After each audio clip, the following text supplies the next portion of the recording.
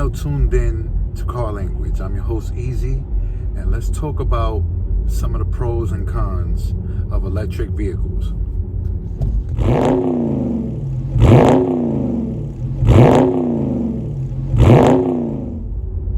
There's three cons: hacking, range, and charging. I'm gonna elaborate all three. Hacking. As you guys know, there's been a very overwhelming, disturbing, large numbers of cars being stolen, gas cars at that. Some Tesla as well. I've seen a couple stories of Teslas being hacked into and stolen as well. I feel like just as easy as they're starting to steal, excuse me, just as easy as they're starting to steal gas cars, it's going to be easier for them to steal electric cars as well. What the hell happened?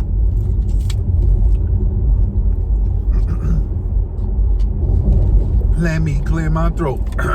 Pause. So yeah, the hacking part, I really don't like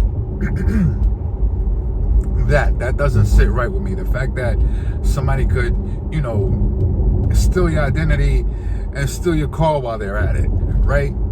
It can happen. A lot of people say, oh, you only see stuff like that in movies. Well, some directors make movies off of stuff from real life, right? That's the hacking.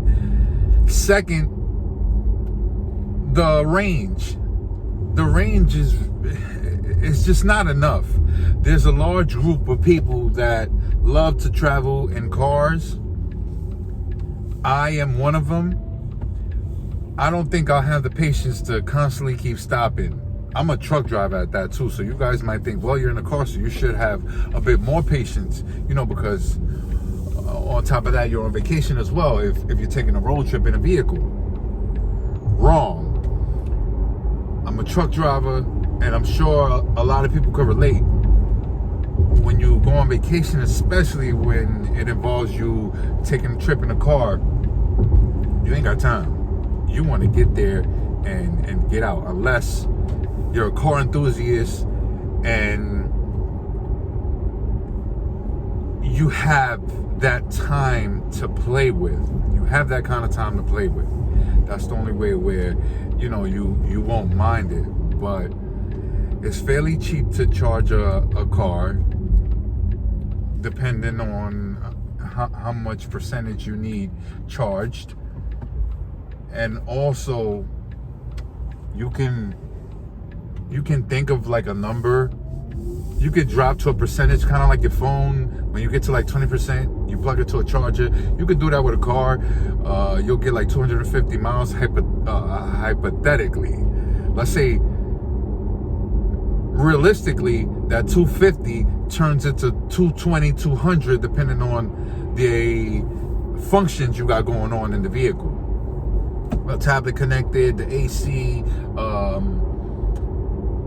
your heated and cool seats, etc. All of these things, they drink juice.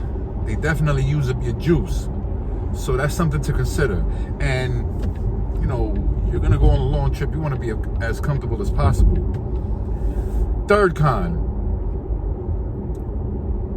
This is something that just doesn't sit right with me, and I've been giving it a lot of thought ever since I charged this car. This is a Porsche Taycan 2021, and I just wanted to kind of see what it was like to charge a car. So I was at about 80%, something like that, give or take. I said, let me go to the nearest charging station and see what it's like, the experience. I get there, I'm charging the car, and I just see that, 20 minutes has gone by. And 20 minutes, gave me enough because I was at 80%. Again, it depends on, if you watch the Porsche Taycan review, follow me on Car Language, you'll see that I reviewed this car. It depends on the prongs, which prongs you're using, which adapters you're using. The more prongs you use to charge the car, the faster it is. 9 times out of 10, you could be in a situation where those stations are occupied. So now you gotta wait, or you gotta use the slower one. You understand? Having said that, I'm in Miami, Florida. I don't know the area. I go to Walmart. I grab a couple things. I go charge the car, and it's, you come to find out it's a sketchy area. How I know? From the people that were around, and I just felt on guard. Luckily, I'm never alone, if you know what I mean. And this is something that you guys need to consider. You definitely don't want to be a sitting duck. And also, a big no-no that I absolutely am disgusted by is the fact that once you have the car plugged, the car will not take off without you taking off the charger off the car. It will not move.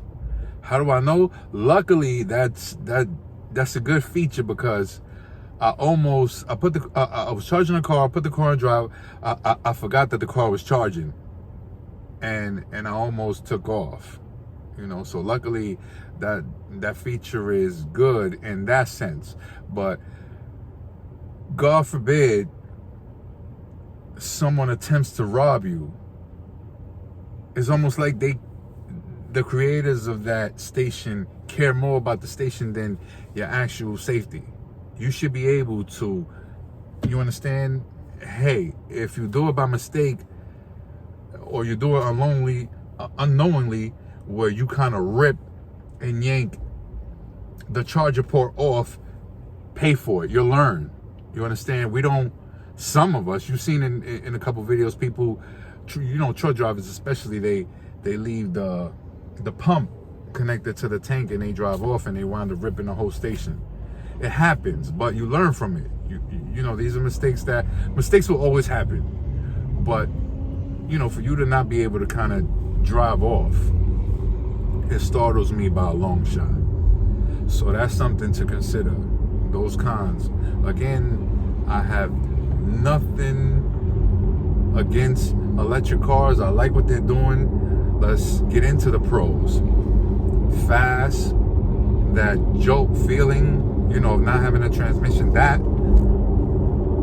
you understand, is like a plane, like a jet on the ground. The drives are amazing. The drive is amazing. I love it. Definitely give you a lot of room to play with, because you have no engine, so you got a trunk in the front. The rear is big. The seats fold down, so they definitely consider space. That's a pro.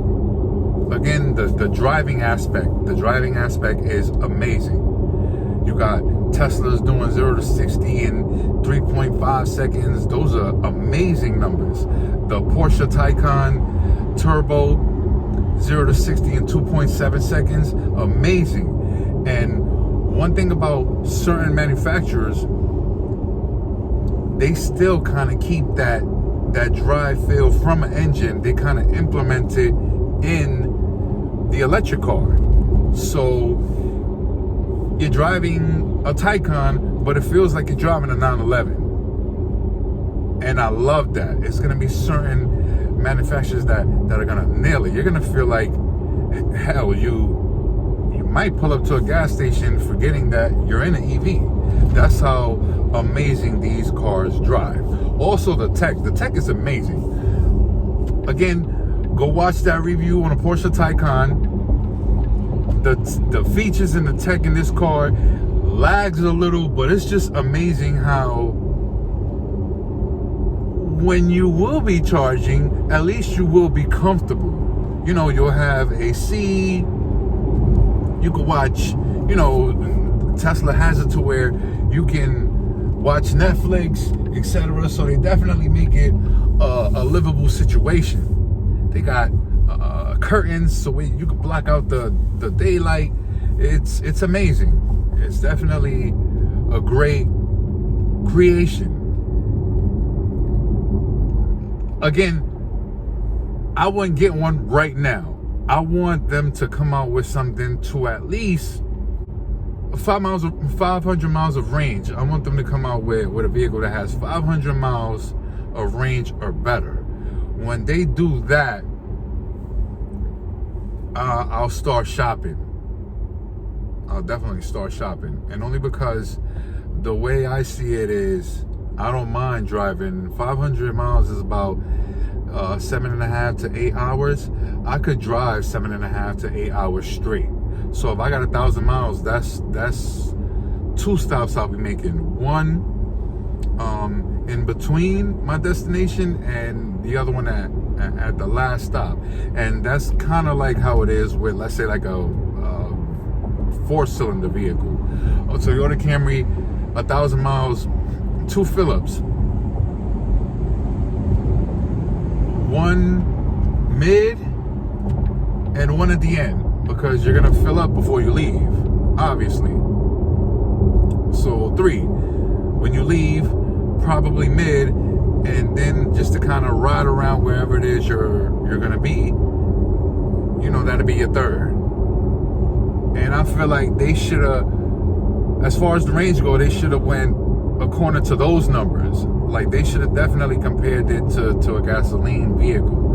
And kind of think about it, I have an idea as to why they do it. They want you to use that pump, because $9 here, you know, $4 here, you're talking over 500,000 cars. That's a lot of money. Do the math. And however much, $2, $3, you understand? So I'm sorry, I'm not giving you more pros and cons. I just really didn't want to forget to kind of share this with you guys. Again, this is car language, so I'm gonna do my best to be a guide in all aspects of driving. We're gonna go through safety. We're gonna go talk about EVs. This is part 1 of the pros and cons. We're gonna come out with part 2 and part 3 if we have to. I'm gonna constantly keep driving different cars and give you that feedback and let you guys know how I feel about every and anything that has to do with cars. On that note, stay safe, my love. Stay tuned, more content coming soon.